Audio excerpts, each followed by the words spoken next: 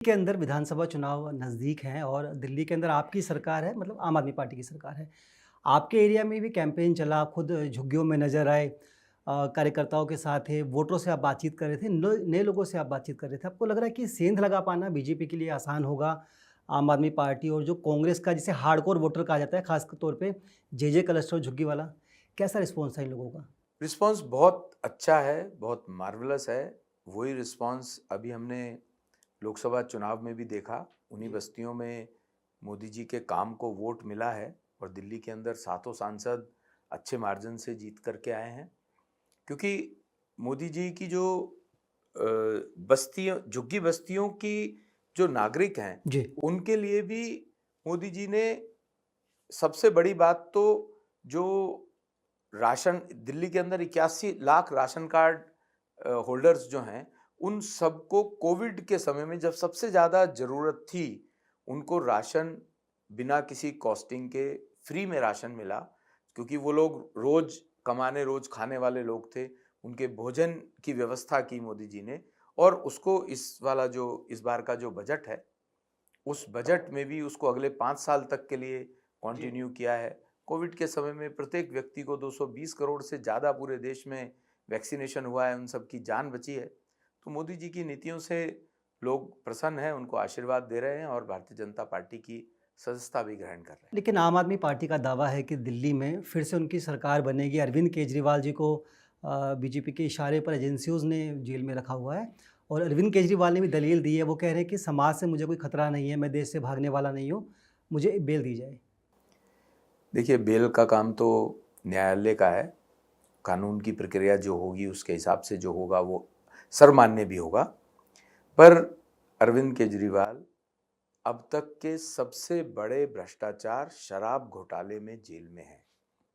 उनके उप मुख्यमंत्री 19-20 महीने जेल में रह करके अभी कंडीशनल बेल पर बाहर आए हैं। जी। तो इतना बड़ा भ्रष्टाचार, इतना बड़ा धोखा दिल्ली की जनता के साथ, इतने वायदे करके कुछ ना करना, तो दिल्ली की जनता इस बात को अच्छे से समझ रही है। और अरविंद केजरीवाल ने तो, जब अरविंद केजरीवाल जी की निगम में सरकार बनती है, तो 1.5 साल के अंदर अभी तक कुछ नहीं कर पाए हैं। दिल्ली कूड़ा कूड़ा है। जरा सी बारिश होती है तो अब तो वो ये भी नहीं कह सकते निगम ने नाले साफ नहीं किए। आज से 1.5 साल पहले तो कभी बारिश में पानी भरता था तो बोलते थे कि निगम ने नाले साफ नहीं किए। अब तो डेढ़ पौने 2 साल से निगम में आम आदमी पार्टी की सरकार है। तो बेसिकली आम आदमी पार्टी के लोगों को, नेताओं को काम करना नहीं आता।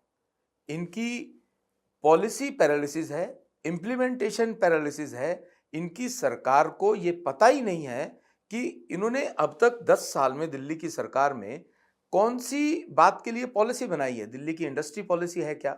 दिल्ली के व्यापारियों के लिए कोई पॉलिसी है क्या? दिल्ली की हेल्थ के लिए कोई पॉलिसी है क्या? दिल्ली की स्कूल्स के लिए कोई पॉलिसी है क्या? 1000 स्कूल हैं दिल्ली के अंदर, दिल्ली सरकार के। उसमें से 800 स्कूलों में प्रिंसिपल नहीं है। ये कैसा शिक्षा का मॉडल है इनका?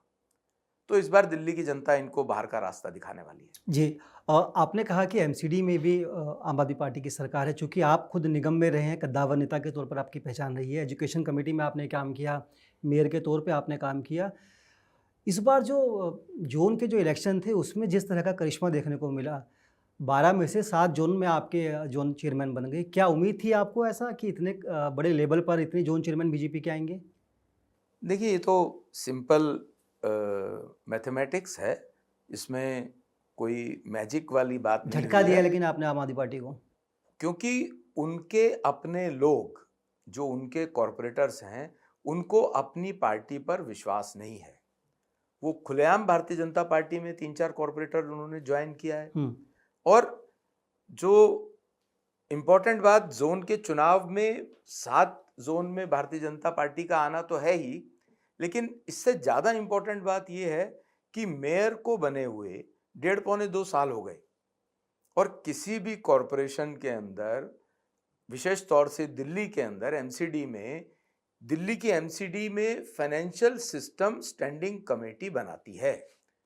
जो बड़े खर्चे हैं वो स्टैंडिंग कमेटी के द्वारा पास होकर के हाउस में पास होते हैं, तब वो दिल्ली की जनता के लिए फायदेमंद हो पाते हैं। जी। पर इन लोगों की एनार्किस्ट बिहेवियर ऐसा है कि 1.5 साल में आज तक स्टैंडिंग कमेटी नहीं बनती है। ये उसको रोक के बैठे हैं, मेयर ने नोटिफाई करना है और अभी भी नोटिफाई किया जब एलजी साहब के माध्यम से कि जोनल कमिटीज के इलेक्शन होने हैं तो ये कोर्ट चले गए, विरोध कर रहे थे इलेक्शन का, इलेक्शन कहते का टाइम विरोध नहीं कर मिल रहे पाया थे। उनको पूरा। टाइम क्यों नहीं मिल पाया? एमएस ने जब नोटिफाई किया तो पूरा समय मिला, समय यहां तक भी मिला कि इनके लोगों ने नॉमिनेशन भी किया है। उसके बाद जिस दिन इलेक्शन चल रहा था उससे पहले इन्हें आरओ डिसाइड करने थे, रिटर्निंग ऑफिसर इलेक्शन करवाने के लिए, वो इन्होंने नहीं किए रात को 11 बजे तक। तो कमिश्नर साहब को इसमें एलजी साहब के माध्यम से इंटरफियर करना पड़ा, डीसीज को इलेक्शन करवाने के लिए बनाया। तो मेयर साहबा उसमें भी डीसीज को लेटर लिख रही हैं कि आप ये इलेक्शन नल एंड वॉइड है, इसे बंद कर दीजिए, और खुद वोट देने गई हुई थी। अगर उनको इतना ही प्रोटेस्ट था तो उनके कॉर्पोरेटर्स ने क्यों नॉमिनेशन किया, क्यों वो वोट देने गए और स्वयं भी वोट देने गई?